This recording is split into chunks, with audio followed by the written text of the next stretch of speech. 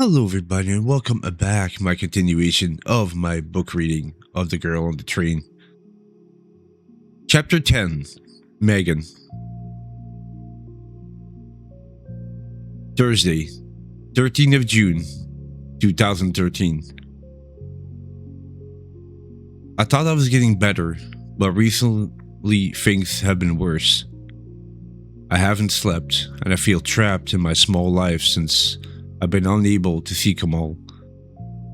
I'm ashamed of what I did, of what I said to him, but I need to see him.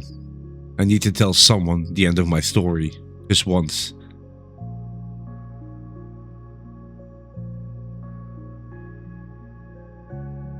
I go to Kamal's flat and I feel my heart racing as I press the bell. When he opens the door, he looks surprised but not angry. I tell him I'm sorry for what happened, and he lets me inside. I know you can't be my therapist anymore, I say. But there's one thing I have to tell you. I can't start again from the beginning with someone different. I just can't. Once I've told you, you won't ever see me again, I promise. He says nothing. As a friend then? I have to share it, or I'll go mad. As a friend, he says. He shows me into the living room. I've kept this dark secret for so long, and it's so difficult to let go of it. It's about when I was in Holcomb with Craig, I say. I was 17 and we were living in that cottage in the middle of nowhere. After Ben's death, it was what I needed. Craig saved me.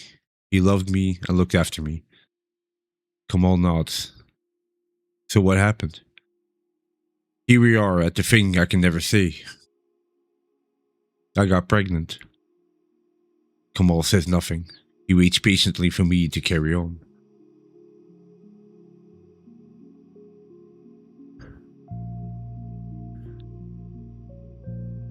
The truth is that neither of us wanted the baby. But it was too late to end the pregnancy by the time I realized that what was happening. I'm shaking now and I start to cry. We were both so stupid. We didn't talk about it, we just ignored it and carried on. I didn't go and see a doctor or ate the right things. I just got fatter and more tired and we argued a lot. Kamal lets me cry. He comes and sits down at my side. He doesn't touch me, but he's right there next to me. My voice is a whisper. It doesn't feel right to say these words aloud. It happened at home. Craig had a friend who was a nurse.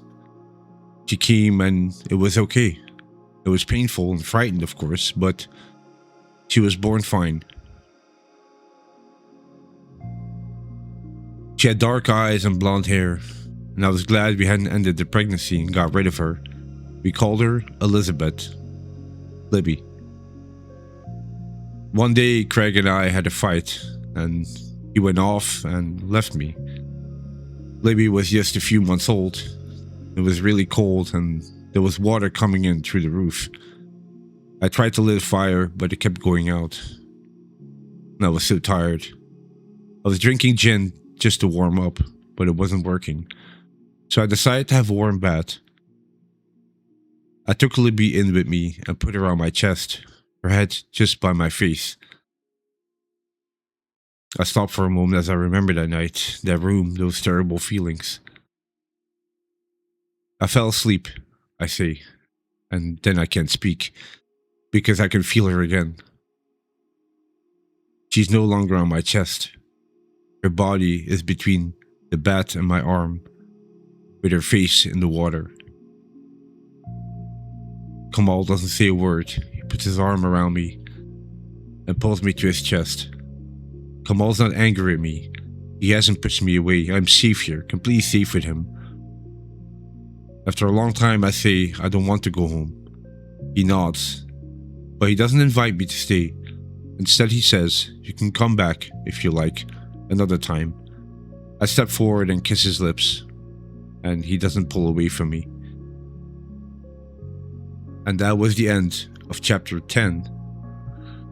Megan, thank you so much for listening. Hope you enjoyed it.